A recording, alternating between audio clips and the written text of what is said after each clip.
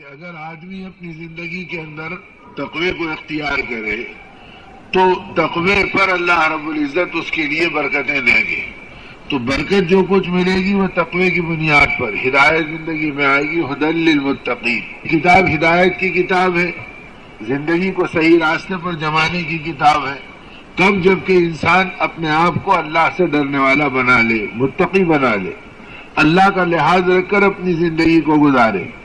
اور اسی کے اوپر صحابہ کرام رضوان اللہ علیہ اجمعین نے اپنی زندگیوں کو چلایا کہ اپنی زندگی کے اندر اللہ کا ڈر، اللہ کا خوف پیدا ہو. اور یہ مبارک ماہ مہمان اللہ پاک نے دیا تو قرآن پاک میں اس کی علت بھی بیان کر دی کہ یا ایھا الذین آمنوا کتب علیکم الصیام کما کتب علی الذین من قبلکم لعلکم تتقون. اے ایمان والو، تم سے پہلوں پر بھی ہم نے روزے فرض کیے اور تم پر بھی روزے فرض کیے. کیوں؟ تاکہ تم متقی بن جاؤ، تم اللہ سے ڈرنے والے بن کر اپنی زندگی گزارو، اللہ کا لحاظ رکھ کر اپنے آپ کو چلاؤ.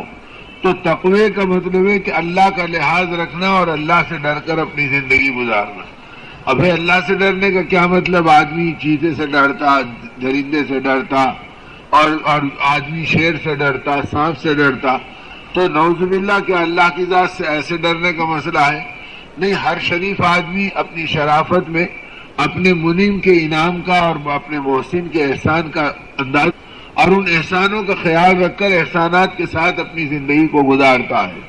بھائی بچہ ہے اپنے استاد سے ڈرتا ہے تو کیا مطلب؟ استاد کوئی درندہ نہیں ہے، بلکہ اس کے راستے سے علم ملا، اخلاق ملے، کردار ملے، زندگی کا قرینہ اور سلیقہ ملا. اس کا تقاضا یہ ہے کہ آدمی اپنے اس محسن کے احسان کو سامنے رکھے. بچہ اپنے باپ سے ڈرتا ہے، نادان رہنے تک اسے کوئی خیال نہیں ہے، بلکہ نادانی میں اس کی زندگی کا حال یہ ہے وہ اپنے باپ کے کاندھے پہ بیٹھ رہا ہے، ٹوپی کو کھینچ رہا ہے، اینک کو نکال کے پھینک رہا ہے اور اسے کسی چیز کا کوئی خیال نہیں ہے. یہی باپ کے سامنے کھیلنے والا اور کودنے والا بچہ جو ہنسی مذاق و ٹھٹا نہیں کرتا. ارے بھائی کیا بات ہے؟ نہیں، اب سمجھ میں آ گئے کہ باپ وہ ہیں جن کے احسانات کا حق ہے کہ ان کا میں خیال رکھوں اور ان کا ادب رکھ کر چلوں. تو جب باپ کے احسانات کا حق ادا کرتے ہیں اور استاد کے احسانات کا حق ادا کرتے ہیں تو اس سے زیادہ اپنے رب کے احسانات کا حق ادا کرنا، اس کا نام تقویٰ ہے کہ اللہ سے ڈر کر اور اللہ کا ادب اور لحاظ رکھ کر اپنی زندگی کو گزارا جائے. کیا مطلب ہوا کہ اللہ کا ڈر اور اللہ کے ادب کا مطلب یہ ایک تو یہ ذہن میں رکھو کہ دین کی بات کوئی تماشا نہیں ہے کہ آدمی اسے جھانک لے، کوئی کھیل نہیں ہے کہ کھڑے کھڑے جب تک جی میں آئے سن لے اور جب جی میں آئے رخصت ہو جائے. بلکہ جو راستے ہیں اسے راستہ رکھو، اسے روکنا بھی حرام ہے. اس لیے کہ دوسروں کو اذیت دینا اور مسلمان کو تکلیف دینا اسلام نے کبھی اس کو پسند ہی نہیں کیا. اور ہم دین کی محفل میں بیٹھے اور راستے میں رکاوٹ بن جائے وہ بھی اچھا نہیں. اور جو راستہ ہے وہ کوئی سمجھدار آدمی پہلے سے رہبری بھی کر دے، ورنہ ہر تھوڑی دیر سے آپ ان کو اٹھاتے رہیں گے، مجمع آپ کو دیکھتے رہے گا، ہم آپ کی طرف متوجہ ہوں گے، انتشار ہوگا اور اس سے جو ہے بات وقت گزر جائے گا. لیکن خیر آدمی کے دل میں اترنے کے لیے آداب چاہیے، عظمت چاہیے، دھیان چاہیے، توجہ چاہیے. آدمی کا اپنے آپ کو فکرمند اور طلبگار بنانا چاہیے. اور طلب یہ کہ آدمی محتاج بن کر اپنے آپ کو دین کا حاجت مند بن کر اپنے آپ کو دین کے حوالے کرے. ایک گھنٹے بھر کی محفل میں بھی اگر دین کے حوالے کرنے میں ایک سوئی نہیں ہوئی تو زندگی کو ہم کیسے حوالے کریں گے دین کے؟ اور اس کی رات اور دن کو کیسے حوالے کریں گے اللہ کی شریعت کے؟ اور کس طرح ہماری زندگی میں اعمال زندہ ہوں گے؟ تو میرے بھائیوں اور میرے بزرگوں، اصل میں دین نام ہے اپنے آپ کو اللہ کے حوالے کر دینے کا. اور یہ مبارک مہینہ اس طرح حوالے کرنے کے لیے دیا گیا کہ بھوک، پیاس، جذبات، ہر چیز کو اللہ کے حوالے کر دو. اسے نہ اپنی سمجھو نہ اپنی بنیاد کے اوپر اس کو پورا کرو، بلکہ یہ سمجھو کہ میری جان بھی، میرے مال بھی، میرا وقت بھی، میری زندگی کے جذبات بھی، یہ سب اللہ کی زبردست امانتیں ہیں جو مجھے ملی ہیں کہ میں اسے اللہ کے نام پر اور نبی کے کام پر اور آخرت کی فکروں پر استعمال کروں. تو اس کی تربیت اللہ نے اس ماہ مبارک میں دی اور 11 مہینے اس رخ پر اپنے بندوں کو اور اپنے نبی کی امت کو استعمال ہوتا ہوا دیکھنا پسند فرمایا کہ یہ امت دین کی نسبت پر اور ایمان کی فکروں پر اپنے آپ کو چلانے والی بنی. اسی لیے ہمارے اکابر اولیاء میں حضرت پیران پیر قطب ربانی غوث سمدانی سید الطائفہ سیدنا شیخ عبد القادر جیلانی رحمۃ اللہ علیہ کے مواعظ میں یہ باتیں موجود ہیں کہ آپ نے فرمایا، اور آپ کے منتسبین کے ملفوظات میں یہ چیزوں کا مفہوم موجود ہے، جس میں ان باتوں کو فرمایا گیا کہ اے نادان، تو کیا سمجھتا ہے کہ تو خامخواہ کے دھوکے میں پڑا ہے اور لوگوں میں یہ تعارف کراتا ہے کہ صاحب یہ میری جان ہے، یہ میرا مال ہے، اور یہ میرا اپنی جائیداد ہے، یہ میری اولاد ہے، یہ میری جوانی ہے، یہ میرے منصوبے ہیں، یہ میرے اپنے پلان ہیں، تو فرمایا کہ تو دھوکے میں پڑا ہوا ہے، نہ جوانی تیری ہے، نہ زندگانی تیری ہے، نہ اولاد تیری ہے، یہ سب تیرے رب کی امانتیں ہیں جو تجھے دی گئی ہیں کہ اس اولاد کو بھی اللہ کا مطیع و فرمانبردار بنا، اور ایسی امانت دی گئی کہ پیدا ہوتے اس کے کان میں اذان پڑھائی گئی، اس میں باپ کے نام کا نعرہ نہیں گونجوایا گیا، اور اس کے کانوں میں خاندان کا کوئی دعویٰ نہیں کیا گیا، بلکہ اس کے کان میں اللہ کا نام پکارا گیا اور حضرت محمد رسول اللہ صلی اللہ علیہ وسلم کی رسالت کا کلمہ پڑھایا گیا، اور اس کو کامیابی اور ناکامی کے لیے حی علی الصلاح اور حی علی الفلاح کہ آؤ کامیابی کی طرف، اور کامیابی کس میں ہے؟ اعمال میں ہے۔ کامیابی مال میں اور دنیا کی چیزوں میں نہیں ہے، بلکہ کامیابی اعمال میں ہے۔ اس کے کلمات پڑھائے گئے تاکہ ماں باپ کو پتہ چل جائے کہ یہ اولاد میرے رب کی امانت ہے، میں نے رب کے نام کے ساتھ ان اولادوں کو اپنے گودوں میں لیا ہے، اس اولاد کو میں نے اپنے نام اور اپنی وجاہت کی بنیاد پہ نہیں لیا، بلکہ میرے رب کی امانت سمجھ کر رب کے نام اس کے کان میں دلوا کر، اور اس کے بعد میں نے اسے اپنے گود میں لیا ہے، اور دوسرے کان میں اس کے اقامت پڑھوائی گئی۔ تو پیدا ہوتے ہی اپنی اولاد کو اللہ کے حوالہ کرنا اس کو سکھایا گیا، اور زندگی کو ان بنیادوں پہ گزروایا گیا۔ تو اسی لیے حضرت پیران پیر قطب ربانی رحمۃ اللہ علیہ، حضرت پیران پیر اور ان کے منتسبین کے اقوال میں یہ باتیں ملتی ہیں کہ تو کدھر دھوکے میں پڑا ہے کہ اولاد میری ہے، زندگی میری ہے، جوانی میری ہے۔ اگر جوانی تیری ہوتی تو بڑھاپا تجھ پہ نہیں آتا، اور طاقت تیری ہوتی تو ضعف و بیماری تجھ پہ نہیں آتی، اور اگر اولاد تیری ہوتی تو تیرے ہاتھوں سے بے قابو نہیں ہو جاتی اور چھین نہیں جاتی۔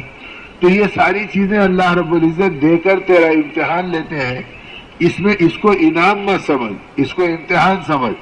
انعام بنا نہیں بنا وہ آخرت میں پتہ چلے گا، اور دنیا میں یہ بطور امتحان کے ہے، زندگی بھی امتحان کے طور پہ دی گئی کہ زندگی بغاوت میں استعمال ہوتی ہے، اطاعت میں استعمال ہوتی ہے، یہ امتحان ہے۔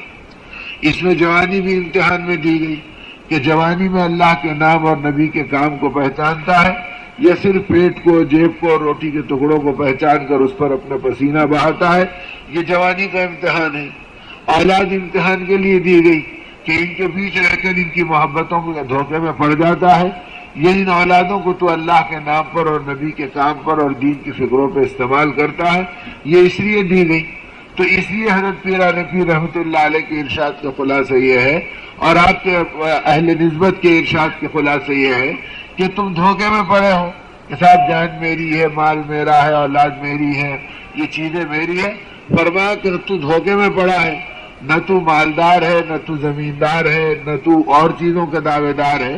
جب موت کا وقت آئے گا تو پتہ چلے گا کہ تو فقط کفندار ہے، کہ کفن کے کپڑے تیرے ساتھ رہیں گے، باقی سب دنیا میں رہ جائے گی۔ اور جب بٹوارا ہوگا اور آپس میں ان کی تقسیم ہوگی کہ بچوں کو یہ ملے گا، بیوی کو یہ ملے گا، متعلقین کو یہ ملے گا، تو پتہ چلا کہ مال وارثوں کا ہے اور تو غیروں کے مال کا چوکیدار ہے، تو اس مال کا مالدار نہیں ہے۔ تیرا مال تو وہ ہے جس کو تو نے کھا لیا، پی لیا، پہن لیا، اوڑھ لیا، اور مرنے سے پہلے آخرت کا توشہ بنا کے روانہ کر دیا، یہ مال تیرا اپنا ہے۔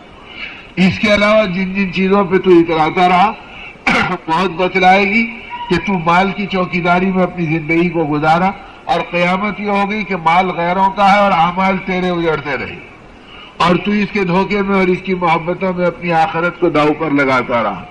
لہذا سمجھدار آدمی وہ ہے جو اپنی جان اور اپنے مال کو اللہ کے حوالے کرے اور اللہ کی سمجھ کر استعمال کرے۔ اسی لیے اس رمضان کے مہینے کے اندر اس کو اس کا کھانا بھی چھڑایا گیا۔ ارے مولا کس کا کھانا؟ کسی غیر کا نہیں، میرا اپنا، جس کو آپ نے میرے حق میں حلال قرار دیا۔ تو عام زمانے میں تو یہ حرام سے بچتا رہا، اور رمضان کے اندر اس کو حلال سے بھی بچایا گیا. اپنا کھانا چھوڑو، اپنا پانی چھوڑو، تاکہ جو اپنا کھانا اپنا پانی چھوڑے گا تو جو اپنا کھانا اللہ کی رضا کے لیے نہیں کھائے گا تو پرائے کا مال کیا کھائے گا؟ وہ کسی کا زمین ہڑپ کر کے کیا کھائے گا؟ کسی کی جائیداد ڈبا کے کیا کھائے گا؟ کسی کو دھوکہ دے کر کیا کھائے گا؟ یہ اب جب حلال کو اللہ کے لیے چھوڑا تو یہ حرام کیسے کھائے گا؟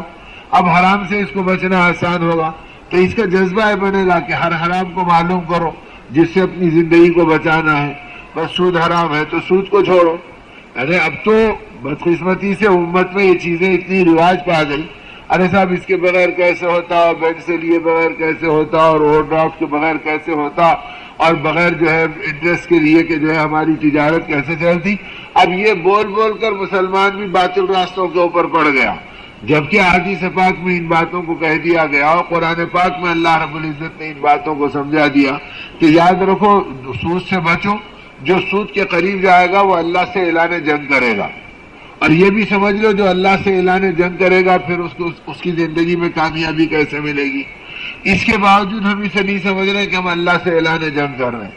اللہ کے نبی صلی اللہ علیہ وسلم نے یہاں تک بتلا دیا اور فرما دیا جو آدمی 2 پیسے سود کے کھا لے وہ ایسے ہے جیسے اپنی ماں سے 36 مرتبہ منہ کالا کیا ہو. تو اب آدمی اندازہ کرے کہ کتنا بدترین گناہ ہے. لیکن اس گناہ کو آدمی رغبتوں کے ساتھ لے رہا، لذتوں کے ساتھ لے رہا. اب سود پہ لیتے ہوئے بھی نہیں ڈرتے، سود پہ دیتے ہوئے بھی نہیں ڈرتے، سود کا حساب کرتے ہوئے بھی نہیں ڈرتے. جب کا سود کا لینے والا، سود کا دینے والا، سود کا حساب و کتاب کرنے والا، سودی معاملے کے اندر گواہ بننے والا اور سودی معاملے کو لکھنا پڑھنے والا، یہ سب کے سب ایک ہی درجے کے گناہگار ہیں اللہ کے نزدیک.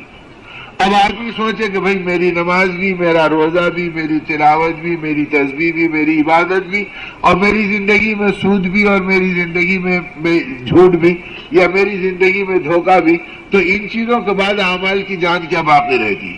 اب رمضان یہ تربیت کرا رہا کہ جب تم حلال اللہ کے لیے چھوڑ سکتے ہو تو حرام کے قریب کیسے جاتے.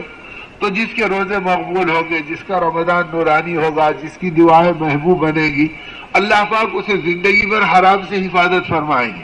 پھر اس کی زندگی فقر و فاقے کے لیے تیار ہوگی، سیدھی سادگی کے ساتھ رہنے پہ تیار ہوگی، اور اپنے آپ کو نہتے رکھنے پہ آدمی آمادہ ہوگا. لیکن غلط راستوں سے دنیا کی زندگی کی زیب و زینت کے قریب جانا، اس کا ایمان کبھی گوارا نہیں کرے گا.